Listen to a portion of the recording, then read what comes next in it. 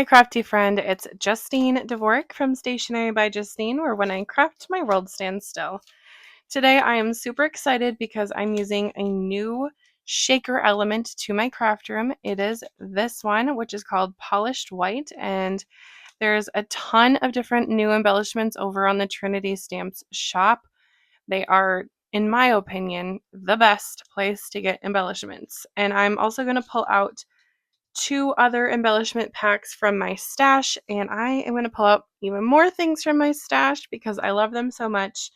You know I love a gnome, and so we're going to do a gnome card today. And I'm also going to use this background. So I have colored the gnome rather recently on YouTube. So I did not want to add that to the video, but here is a look at the stamp set if you are interested in it. It's called Norse Gnome from Trinity. And then there are coordinating dies with it. I just store mine on the back. And then there is bubble die cuts for every single die, which is every single stamp, which is my favorite. I have stamped and heat embossed Have a Norse Stay. And then I also die cut out from this die set, from the Simply Sentimental Friend die set, this Friends at the top, and then I just chopped the S off. So it's going to say, Friend, have a Norse Day.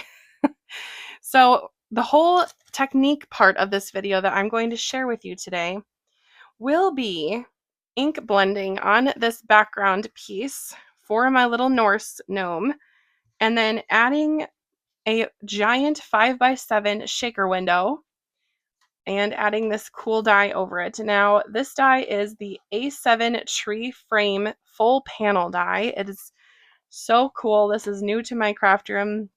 It came out last year, it looks like, from Trinity. So for this, it's going to be kind of like a sunset moment for my gnome. And it's going to have this silhouette of a tree on the back. So I'm going to just go ahead and die cut out this forest. I love making shaker cards, and this one is going to be so cute. I just know it. If you really like embellishments, you got to check out the new ones. By the way, there's even little French fries, there's little birthday cakes, and then there's these really pretty discs in every pastel color you could ever want.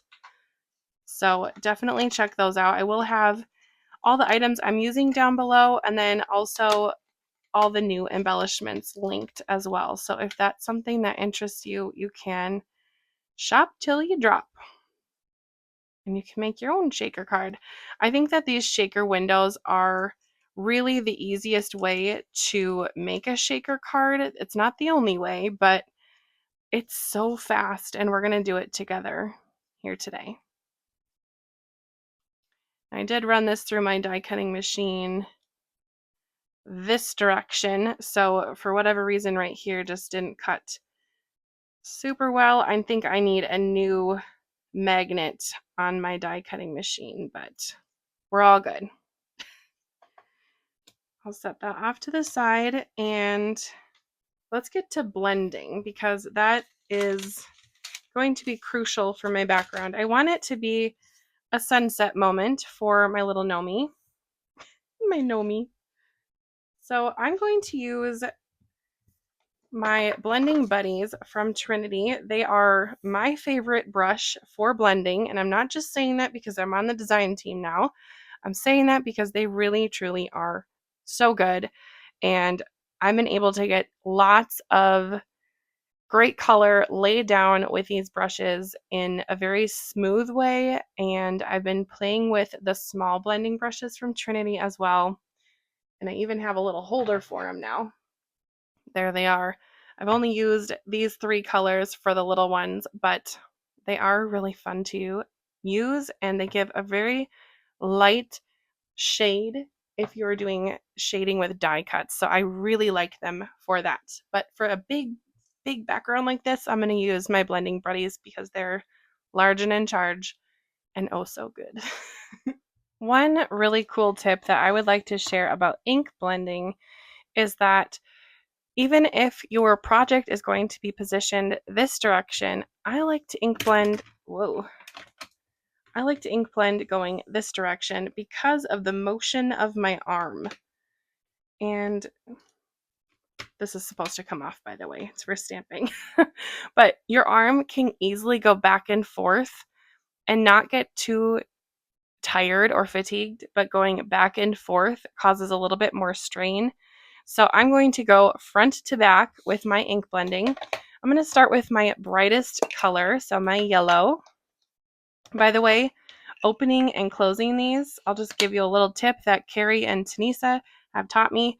You take it and you open it like an Easter egg, and then to put it away, you kind of angle it. I'll put it to the side so you can see. You kind of angle it in, and then if any little bristles are sticking out, you just twist it, and eventually those little brushes fall down, and you are protecting your little blending buddy, and it's not getting dusty or it's not getting ink all over everything. So I think these are very well made. All right, I'm using Simon Hurley ink. This one is Shooting Star. I'm using the brightest color first because I want to go from bright to dark. And I'm going to have my sunset kind of being at the bottom of my project. And with my overlay die here, I don't have too much coverage with the ground area here. So I might take a little piece of green cardstock and make some kind of a ground for my gnome to sit on. I haven't quite decided that at this moment. We will see what happens. Your guess is as good as mine. But just in case I don't, I'm going to definitely put down quite a bit of yellow. And if you're going and you're looking at it going, well, that's kind of light, it's okay, because a good ink blending is all about the layers. And this will be underneath my shaker bits. So it's okay if it isn't perfect. It just needs to have lots of sunset colors going on. So again, this motion is way easier than back and forth. So I'm already feeling thankful for moving it. Also, I was just at Paper Ganza, and I noticed a few people were speaking about just being a little more fatigued when ink blending, or having any mobility issues with ink blending. If you get a sore arm when you are doing this, I find that if you are able to stand up, just the force of your body when you are standing is just a little bit more. So if you are able to stand up, that also can work. Ink blending is for sure my cardio. Okay, giggling. Let's do orange next. I might come back and add, no. I'm gonna add more yellow. I'm always starting off the project and going on to it.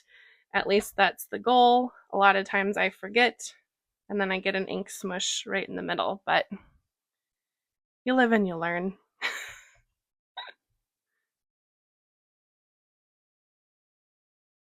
Now, having a good basic rainbow of inks is really important in your craft room, and having really good blending brushes is really important as well. I like Simon Hurley's inks quite a lot, and I am familiar with how the colors blend together. Like, I know that these two colors together, when I layer the orange over the yellow, it's going to be a gorgeous color. Also, when I layer Shooting Star and Prom Queen together, they get a gorgeous orange as well. But I definitely want to have this be a larger sunset, so we are going to still use the orange and the pink. Maybe this is a sunset, sunrise. I'm not sure if there's too much of a difference with how everything looks, but it's just gorgeous. Now I am using Bristol Smooth cardstock. I'll show you the package of it. This is kind of my favorite paper for ink blending at the moment. You can buy it at most craft stores in my area at least. It is a little bit spendy, but if you use it for your projects and you don't make mistakes when you're cutting it up for your projects, it will go longer. Further, farther, it will go. Yeah, you'll get more bang for your buck if you don't make silly mistakes when you're cutting. We'll do one more layer of orange. We're going to go to the pink next, then purple, and maybe just a touch of black. Don't be scared to go to those dark colors and make your projects look super dramatic. I love a dramatic card. All right, prom queen. This has got to be my favorite pink. It's just so pretty. When it layers over the orange, it's just so good.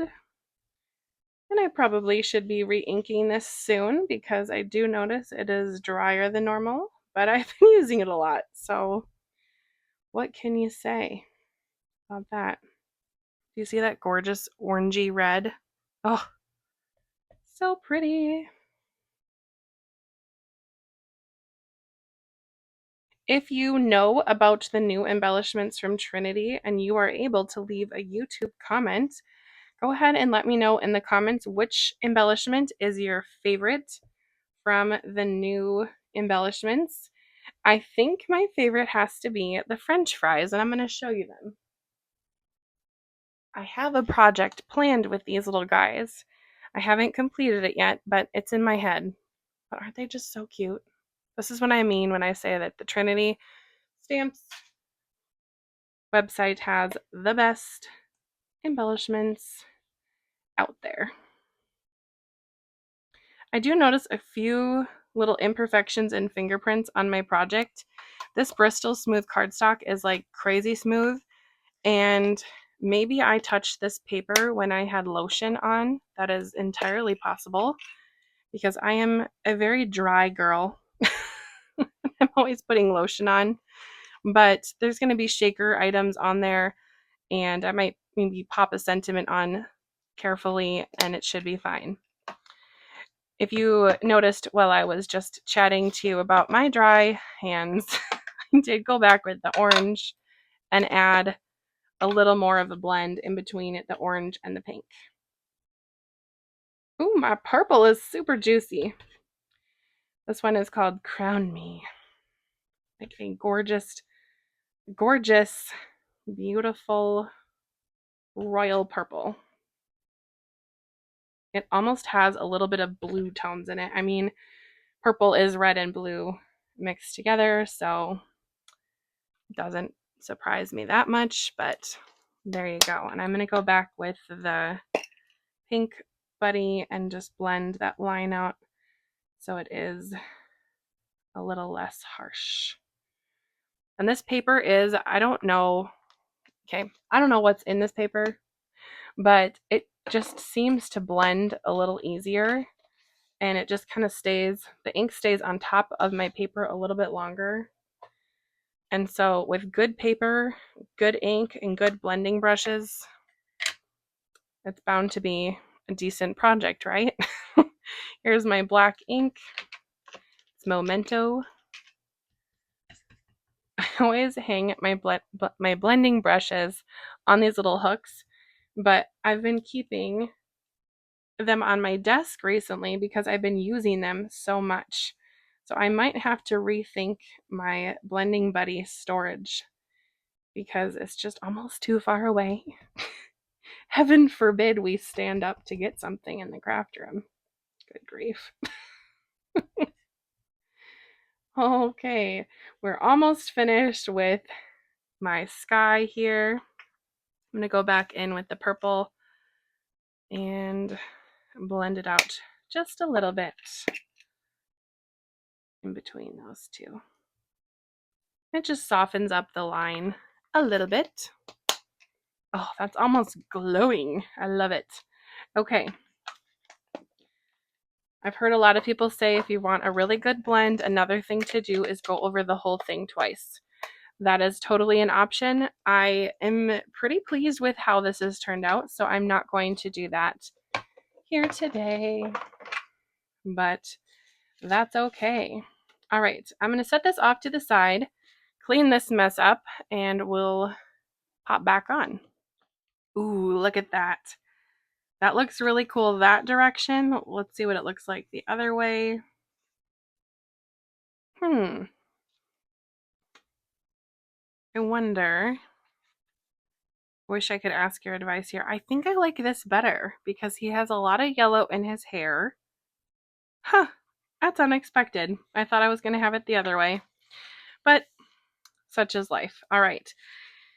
Set my little Nomi off to the side again, and hopefully I don't lose my sentiments as we go along, because now all of a sudden I can't find the one that says friend, but I will fix that. Sure enough, it was under the mat. That's where things are 9 times out of 10 for me in my craft room. All right, let's keep those there. Keep an eye on them if I lose them again. Oh boy. Alrighty. These are the shaker windows that are the flat acetate shaker pouches from Trinity. They are just so good for shakers. I'm going to go ahead and just take one out. And I always like to see, is my paper the correct size? Because the shaker windows are the right size, but sometimes when I'm cutting, it is not. And look, it is. So the way I tell that is I put my piece of paper aligned with the edges of the shaker, and I just look for any overlap. If it's doing that and there's a lot of overlap there, I would need to trim it down. But it does not look like I need to do that. So that is fantastic. So what I like to do first for shaker pouches is I like to use my scoring tool, and I like to give all the edges a really good score. I'm so sorry, this is not the first step. If the shaker window has sticky on the back, that is your first step. But if it does not, you're going to need to add some double-sided adhesive. I'm going to use this one because it is pretty skinny and it will fit on the edges of my shaker window. I do want to mention that there is a protective film on this. So to test out what side has the protective film, sometimes they will have a little sticker here saying relieve this side. And if it does not, all you can do, it's really simple. You don't even need to fuss with any of your nail or anything. Just take some kind of a pokey tool and then just make a little circle like 2 or 3 times, and then put your tool on that circle you made and just gently push down and it will lift up. So I know that this side has a protective film, so I'm going to leave that on until I am done assembling my shaker card, but before I put my front on, because I'm going to be moving this around and I do not like to remove that protective film until I am certain that it is good to go. So we'll just add this double-sided sticky on here. This is fitting very nicely on the area that is available. Speaking of gnomes, not that anyone was speaking of it, but I love a gnome. I'm super excited because I just got the gnome set that is the cowboy gnomes from Trinity. So I'm excited to use that in future projects. I'm just going to go ahead and reinforce all of these folds very well. My neighbor is using a leaf blower, so if you do hear that, my apologies. I have no idea why we are leaf blowing at 9 o'clock at night, but that is where we're at. You know, in Minnesota, it does not get dark until so late in the summer. So, you know what?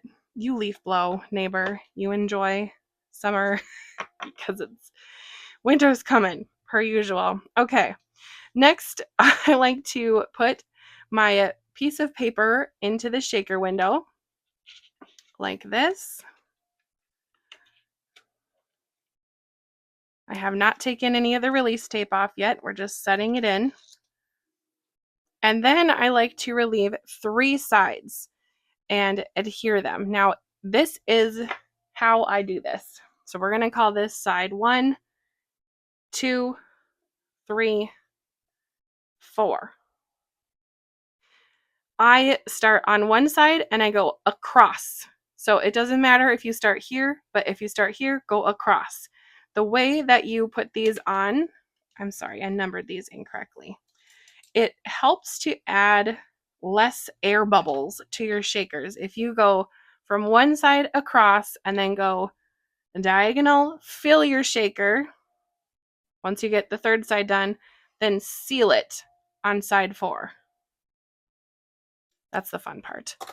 Actually, the filling is the fun part. No. The shaking is the fun part. So for relieving any of the double-sided tape, I like to use a pokey tool. So I'm going to do side number 1. Doesn't matter if you start right to left. You're just going to go across. So I relieved that tape. I'm holding my paper down. I'm taking my side of my finger and I'm just sealing it right in the middle. And then I'm bringing it out to the edge like this. And then I'm going to reinforce that with my folder. This is also from Trinity. And make sure that is really pressed down. Then I'm going to flip my project around, and this is why I haven't relieved or taken that release tape off yet, because if there's any little grit in here, this is going to scratch my front. So as I'm turning it and moving it around, it just protects it. So you can already see there's a little bit of a puff there. Do you see that? So if I would have gone to this side or this side, I would have that puff. But because I'm going to go across, I'm pushing the puff down, taking off release tape number 2, still pushing it down. I'm not shoving it into the corner, but just keeping the air out. So just pushing down, not over. And then taking the side of my hand, pushing it down, and then reinforcing that pretty aggressively with my bone folder thing here. There's an official name for it. I cannot remember at the time. So you can see there still is a tiny bit of air, but I promise you doing it this way is going to make less air. All right, pushing it down again. Taking off the release tape for number 3. Pushing it down. All right. And reinforce. The nice thing about putting something over a shaker like I will be doing is if any stick to the edges, you're barely going to know because it has something over it. So little hack for you there. Okay, so it looks cloudy because the relief or the protective film is still on the front. That's fine. Everyone's fine. Okay, now I'm going to put my little embellishments in. These are saltwater sparkle spots. I love sparkle spots. I think they are just so fun. I'm actually going to use a little tidy tray from Trinity to get my mixture just right. I don't know if I want too many of those in there. I just want like a hint of blue because this is going to help represent the sky. Oh, good grief. They're everywhere. All right, well, that is what was meant to be. These, I'm not sure if they're still available. If they are, I will link them down below. Trinity has hundreds of embellishments. These I got at a class when I went to Paperganza that Trinity Stamps was teaching. Amanda taught a light up class. It was so fun from Pear Blossom Press. I love these sparkles. They're holographic. And I think that will be a nice touch to my sky without going full on galaxy. Not sure about a galaxy Viking, but in my opinion, anything can be galaxy. So if you make that card, you have to send it to me online somehow, like tag me on it, and I would love to see it. Okay, polished white. Now these are just gorgeous little circles. They catch the light so well. I'm using the white ones again because I thought sky, but they have tons of, like they have the whole rainbow in pastel. So Gotta check them out. All right, I've got my little mix here. Whoops, things are flying. This tidy tray makes it so easy just to dump them in.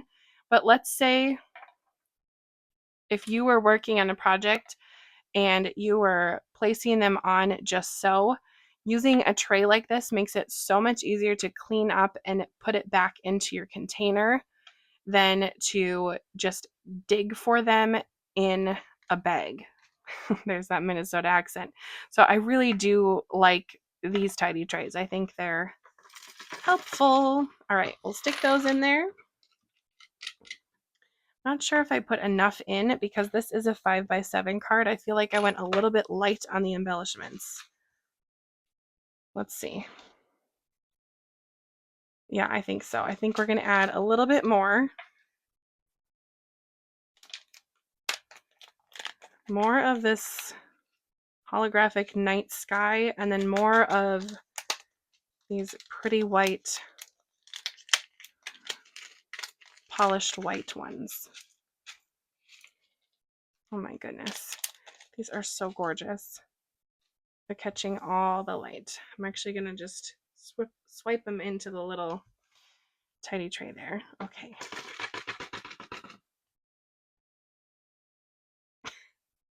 I might have made a Galaxy Gnome card here. Okay. Putting them all in. And now to seal the left side, again, pushing straight down, not pushing it into the corner, just straight down. And relieving. Good grief.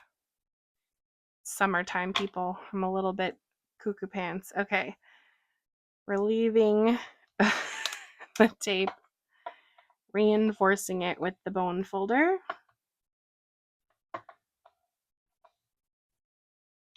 All right. Now we can shake. Oh, that's cool. Okay, now it's going to get even better after I take the film off of it because it will get super shiny and give a polished look without this protective film on there. Look at the difference already. Oh my goodness.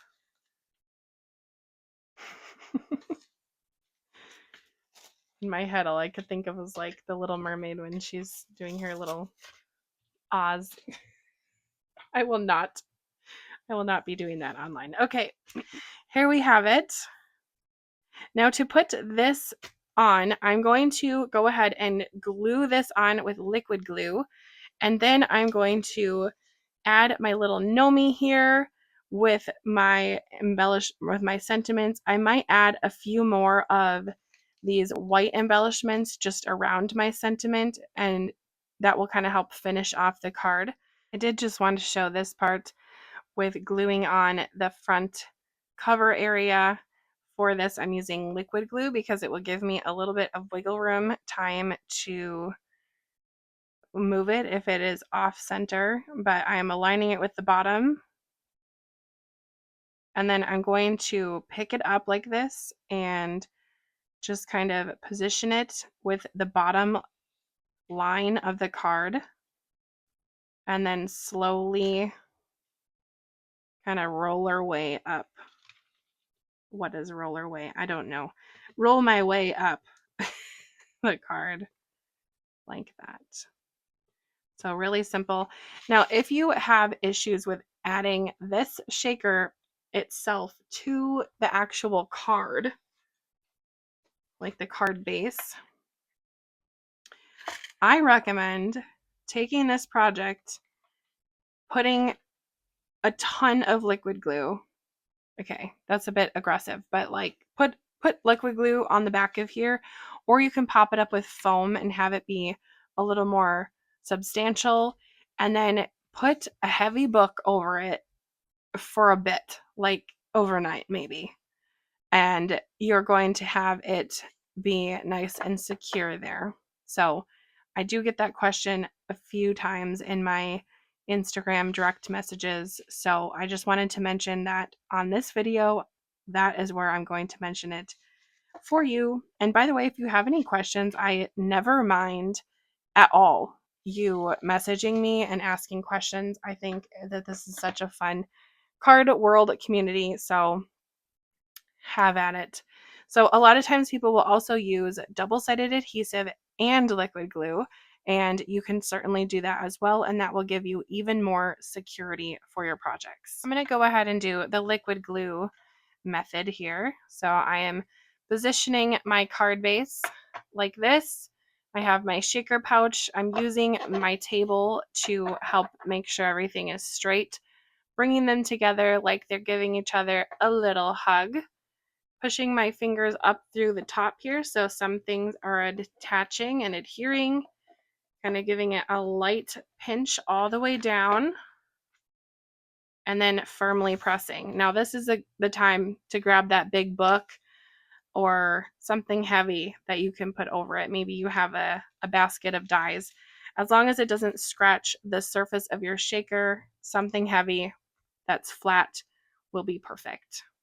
Now, you are going to get some air in there, which is fine because the corners of the shaker pouch are notched a little. But do you see how that adds dimension into your card? You can see some of those embellishments are sticking to that window. Some are sticking to the back of the card. And by sticking, I mean they're not like permanently stuck, but they are just hanging out there. So it does give quite a cool look. And it's almost like a 3-dimension look without any foam. I haven't used any foam yet on this project. I will be adding foam to my little Nomi here when I add him on, and adding foam to my embellishments as well, because I love dimension on my projects. Now looking at this, I'm not loving the white line around my gnome. So what I am going to attempt to do is I'm going to attempt to Copic color the edges of my gnome to match the background of my project. Now, if this goes awry, I will be just stamping him out again and placing him on my card. So let's just see if I can do it. We'll see. If it goes really badly, I'll just fussy cut him out with no line at all. But this is the summer of learning and friendship, so we're going to try it out. I think I did it.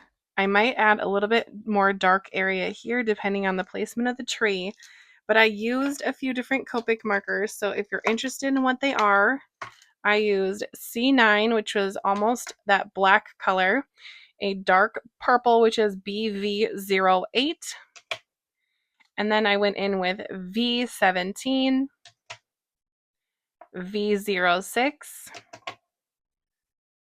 RV34, and then R32 to finish. So I'm going to add on my little Viking guy here, and I will be probably touching up some areas by his shield. Yes, I will. Okay. Again, using C9 just to make sure it is looking kind of seamless. Hopefully. All the way around.